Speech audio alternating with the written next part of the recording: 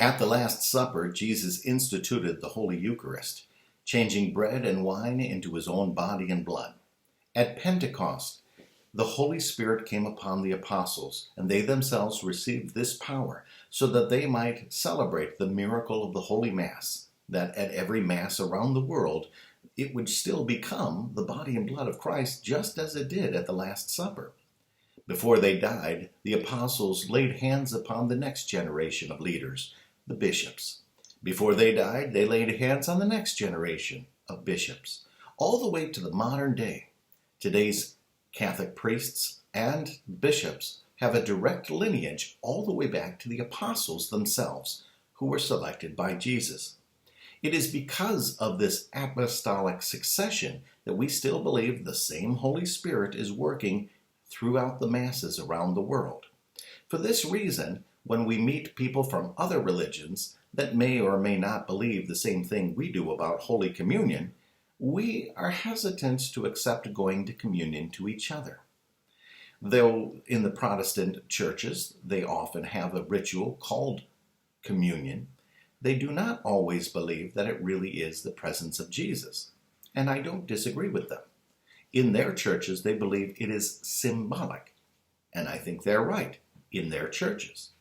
In my church, it really is changed into the body and blood of Christ by the power of the Holy Spirit working in apostolic succession. Since they do not have apostolic successions, since their pastors were not ordained by bishops, whose lineage goes all the way back to the apostles, I do not believe they have the same ability, the same Holy Spirit to change the bread and wine into the body and blood of Christ. Some of them believe this, some of them don't. It can be very confusing for Catholics.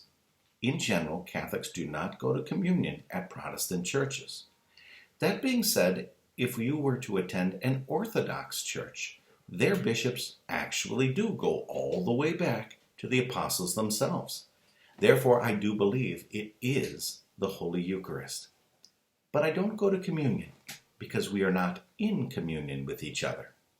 I love and respect the Protestants and the Orthodox, and one day I hope God helps us to heal the divisions that are cultural and political and theological.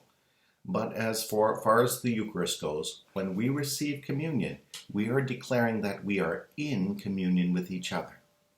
If I were in an Orthodox church, I would genuflect to the Eucharist, but I wouldn't receive Holy Communion until God brings the full healing between our churches. If I was in a Protestant church, I probably wouldn't genuflect because I would see it just as a symbol. If they came to our church, I would ask them to do the same, to not go to communion until those differences are resolved.